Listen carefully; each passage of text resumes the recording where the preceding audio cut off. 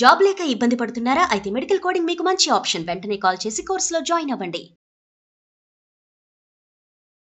నమస్తే, welcome back to Suman TV. Present మనతో పాటు ఉన్నారు అనలిస్ట్ మందరి కృష్ణారెడ్డి గారు. నమస్తే సార్. నమస్తే అమ్మా. Sir, present US department DOL, department of labour, అంటే వేజ్ రూల్స్ గురించి కొంచెం డిస్కషన్స్ చేస్తుంది. H1B వీసా ఎవరైతే హోల్డర్స్ ఉంటారో, ఆస్పిరెంట్స్ ఎవరైతే ఉంటారో, కొత్త రూల్స్ తీసుకురావడం చూస్తున్నాము. అంటే డిస్కషన్స్ అయితే జరుగుతున్నాయి, ఇంకా ఇంప్లిమెంట్ అవ్వలేదు.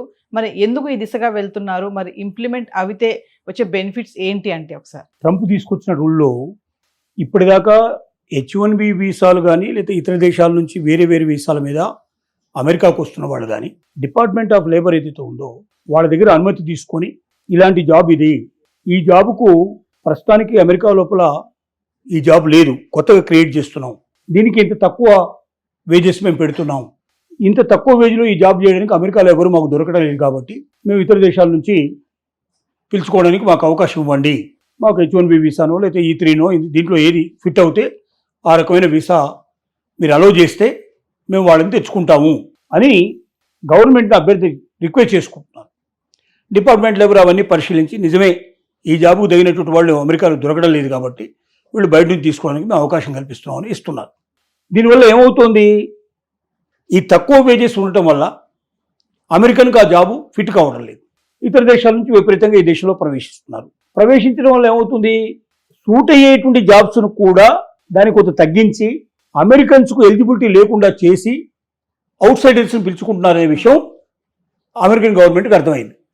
దాన్ని కండెమ్ చేయాలంటే ఏం చేయాలి, అక్కడ ఉన్నటువంటి వేజెస్ ఏవైతే ఉన్నాయో ఆ వేజెస్కు అతి దగ్గరగా ఉండే వేజెస్ ఫిట్ చేసినప్పుడు మాత్రమే H1B వీసాలు కానీ E3 కానీ వేరే ఇంకా జాబ్స్ ఏవైనా సరే వీసాలు అలో చేయండి, జాబ్కు సంబంధించిన వీసాలు అలో చేయండి, లేకపోతే అలో చేయడానికి వీల్లేదు. ఎందుకంటే అమెరికన్స్కు సూట్ అయ్యేటువంటి జాబ్స్ కింద దాన్ని మార్చినట్టయితే అమెరికన్స్కే దొరుకుతాయి కదా జాబ్స్.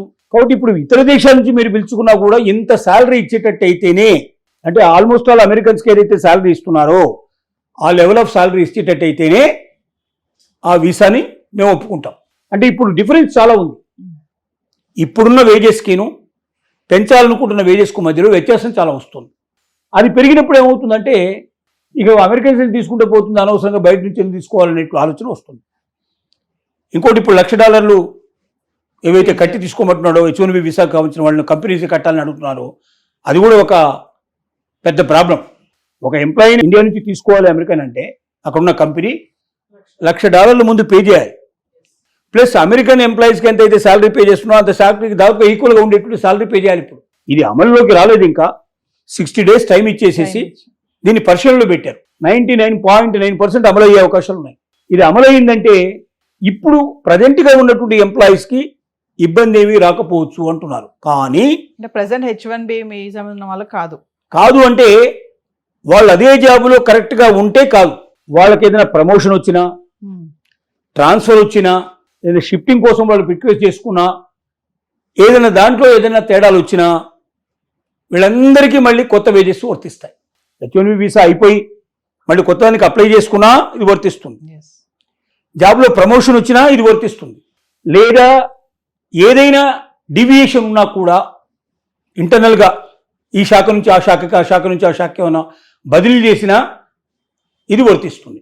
అంటే ఇప్పుడు మేము ఆల్రెడీ ఉన్నాం కాబట్టి మాకేమి ఇబ్బంది లేదనుకోవడానికి వీల్లేదు, ఎందుకంటే ఇవి ఎప్పుడైనా సంభవించే అవకాశాలు ఉంటాయి. ఆ కంపెనీ ఇంట్రెస్ట్ను బట్టి అదే కంపెనీకి సంబంధించిన బ్రాంచ్ ఇంకెక్కడ ఉంటే ట్రాన్స్ఫర్ చేయొచ్చు, లేదా సెక్షన్స్లో ఏమైనా మార్పులు చేయొచ్చు. H1B వీసా పర్మనెంట్గా ఉండదు కదా, కొంతకాలానికి తీసుకున్నారు, ఆ టైం అయిపోయిన తర్వాత మళ్ళీ వాళ్ళు రెన్యువల్ చేసుకోవాలి, రెన్యువల్ చేసుకుని ఇది వర్తిస్తుంది.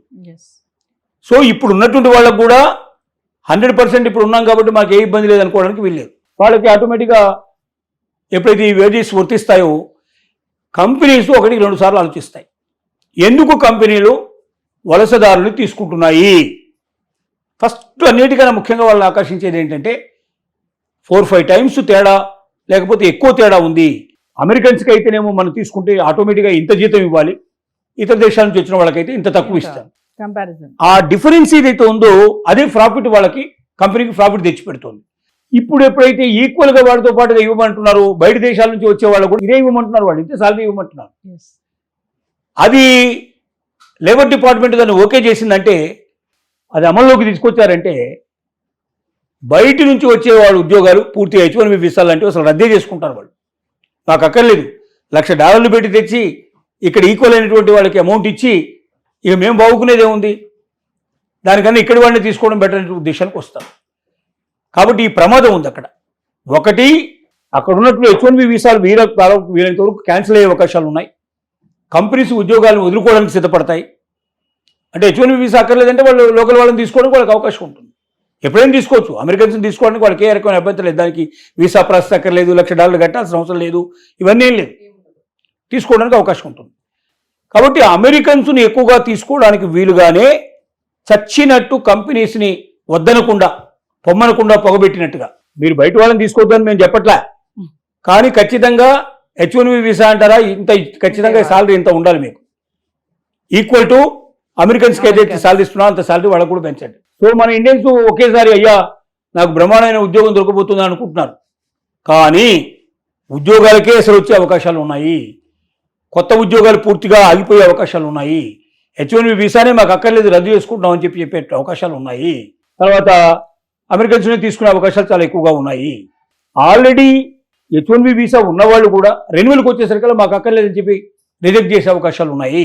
అలా రిజెక్ట్ చేస్తే ఆటోమేటిక్గా ఈవెన్ వాళ్ళకి అక్కడ గ్రీన్ కార్డు వచ్చి ఉంటే అక్కడే ఉండడానికి అవకాశం ఉంది.